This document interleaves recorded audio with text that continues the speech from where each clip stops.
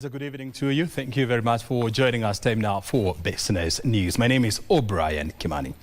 The government plans to spend 4.7 trillion shillings in the financial year 2026-2027, according to a new estimate approved by the Cabinet on Tuesday.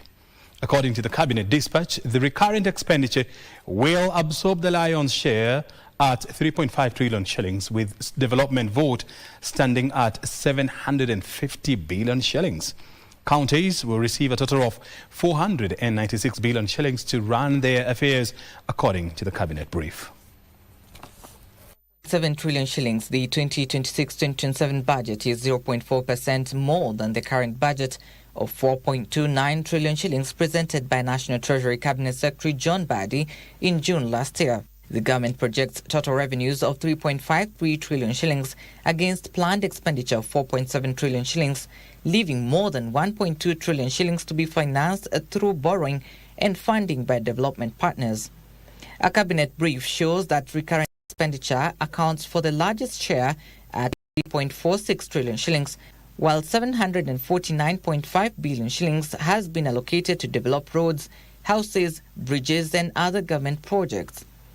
County governments will receive 495.7 billion shillings, including equitable share and additional allocations, while 2 billion shillings have been set aside for the contingency fund. The Cabinet has approved the budget policy statement for 2026, which outlines priority spending areas including education, health, infrastructure, agriculture, energy, alongside reforms in public finance management, digitization and reforming state-owned enterprises. The government projects an economic growth of 5.3% in 2026, citing improved agricultural output and ongoing policy reforms, although risks remain from climate shocks, debt servicing costs and global economic uncertainty.